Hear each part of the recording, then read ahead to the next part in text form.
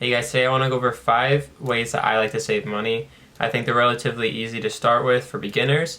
They are relatively simple and basic, but they're just, ground foundation for a new beginning investor or someone that just wants to save money in general.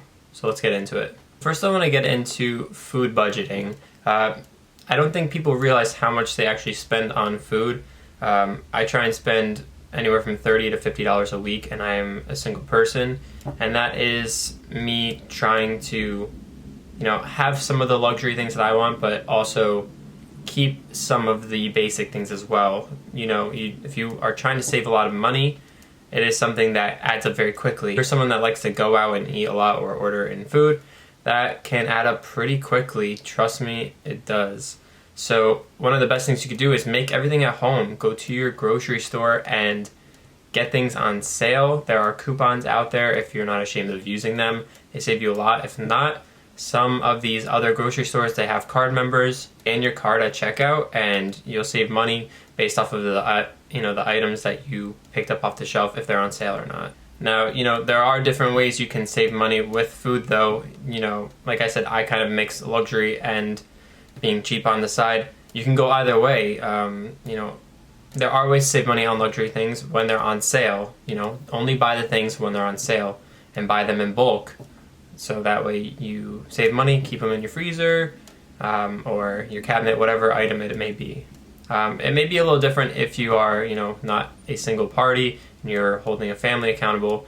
But like I said, you can buy in bulk, so that may be more beneficial to you because you're going through food a lot more faster. And for the parties that aren't single and have families, or it's 2 or 3 people, just like I said, you can go and get more things on sale, buy in bulk, because all in all you are feeding more people and you will be getting a better deal by buying in bulk on that sale. Next, I want to go over Roth IRAs. Think of it as a savings account pretty much, but for retiring.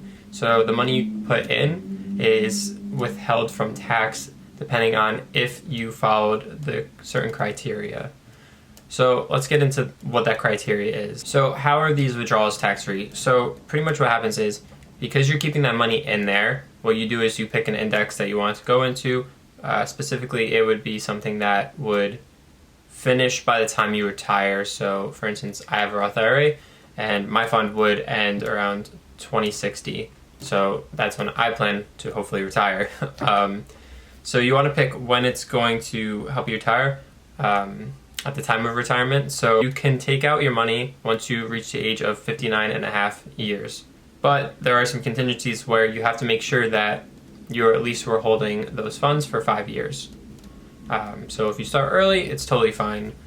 So once you hit 59 and a half, you can take out that money tax-free. And it's up to you at what time you want to take it out after that. Now that's if you retire. Now if you need to potentially take that money out before retiring, there are some other rules as well. I'm not going to get into them that much, but pretty much if you take out early, depending on how long you've held those funds in that account, you may be subject to different penalties and paying interest tax on those gains you've made over whatever time you've had them in for. So it's best really just for being retired. This is a long-term solution to saving money. It's something that you put in and you don't look at until you are completely off the market and not working anymore, and you have other savings on the side. This is just a benefit side savings for you to use in your retirement. So there is another issue with a Roth IRA account, and if you make a certain amount of money, you aren't eligible to use the funds. So if you're single and you make $140,000 or more, you're ineligible to use the Roth IRA. Same thing if you're married, the amount is higher. If you have a combined household income of $208,000, you are not allowed to use the fund. And there are also limits as to how much you can put in each year. So you can only put in $6,000 towards your Roth IRA every single year, but once you hit the age of 50, you are allowed to put in $7,000. So it's not a big increase, but that amount can matter because, from 50 to retirement, that is 10 years, that is a lot. Next, we have the stock market. Now, it's pretty well known that it's a great way to save money and get lots of returns, but it depends on how you diversify that portfolio. People that are trying to get into savings and investing, I wouldn't recommend diversifying your platform too much, especially if you're new to it and you don't know much about the market itself. You definitely don't want to put all your savings into something just for it to go down the toilet. You want to make sure it's something safe and something that will help you out in the long term. There are different things that you can invest in. One thing that I recommend the most is the S&P 500. It's pretty much one of the safest funds. It has had roughly about 10% of a return every year, and that's a fairly good return every year on your money. Now, obviously, it fluctuates, but overall, based on the market for years and years and years, that is the percentage of yield back.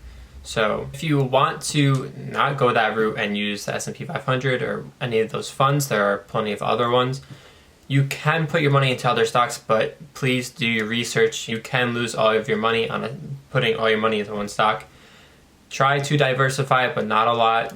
Just a few that you have done a lot of concrete research on. Try and get some dividends in there. They are very good for gaining money. Make sure they are safe dividend yields and that they don't cut them often and that they do pay them on time. Some companies like Apple and Coca-Cola, for example, they are very good at having a good low dividend yield to make sure that their investors are getting paid. Another great way to save money is using a CD or savings account. So getting into CDs, pretty much a CD is pretty much a bank account in a sense, but it's not. So it's an account that you put your money into, but you have to keep that money in there for a specific time. Most of them are about 1 to 3 years. If you keep it in that account for that time, you will keep the interest that it's made on the account. So if you've put in $1,000 and there's interest of 0.6%, you're going to gain that additional money on top of it if you keep it in there for a year. Now, the incentives of using CDs is that if you keep it in for a longer period of time, like 3 years, you will make a higher percentage, say like 0.7, 0.8, something like that. So it's really just a way to reward you for keeping your money in there longer. With a CD, there are penalties as well if you happen to take out money early. They can be all different kinds of penalties depending on what financer you use. And some of these CD accounts, they do have certain requirements on how much you need to put in for a minimum balance to, start the CD. But let's get into savings accounts. So it's pretty much just like a CD, except you can take out your money whenever you want. There is no penalty for it. They may have certain balance requirements, of course. Most financiers do, but some don't. Now, just like CDs, savings accounts do offer high yield interest on the money you put in. They are a bit lower now just because of, the whole pandemic that's happening. A lot of these rates were higher at one point. So I think in a few years when, the economy kind of gets back on track, we'll see some higher rates. Sometimes, depending on what financer or account you use, it can be more beneficial than a CD. I believe at one point, Goldman Sachs, they were offering a very high rate, higher than most CDs I would see. And the benefit is that you can take the money out whenever you want and, you don't have to leave it untouched, just like a CD. So depending on what, bank you use, it can be very beneficial to you. You just have to do a lot of research into finding out what specific bank fits your needs and what you're comfortable with. Last, I want to go over credit cards. Now, most people don't think credit cards are, a way of saving money. It's really just putting money on a card, getting a credit score, and paying it off in the future date and racking up tons of bills. Over the past few years, credit card companies have given more incentives and rewards to people that have been spending more money on their cards themselves. For instance, there are rewards such as cash back. There are things like miles that you use to cash in for flights, and all different stuff like that. But every card is different. What do I mean by that? Each card, depending on their bonus or incentives, they're all structured differently. They're all very similar, but structured differently depending on which financer you use. There are some like Capital One, Discover, Chase. They all pretty much offer them. So what are the differences between them? Well, most of them offer cashback. Cashback is a percentage off of how much you spent on something and they put it into your account, and they will pretty much give you account credit. They'll mail the money to you, or you can just keep storing it for a later date. Usually they don't expire. Now, most of the credit card companies, they do their structuring differently with cashback. They like to have different sectors giving out more percentages, and then overall the entirety of what you spend is on a different spectrum of getting cash back.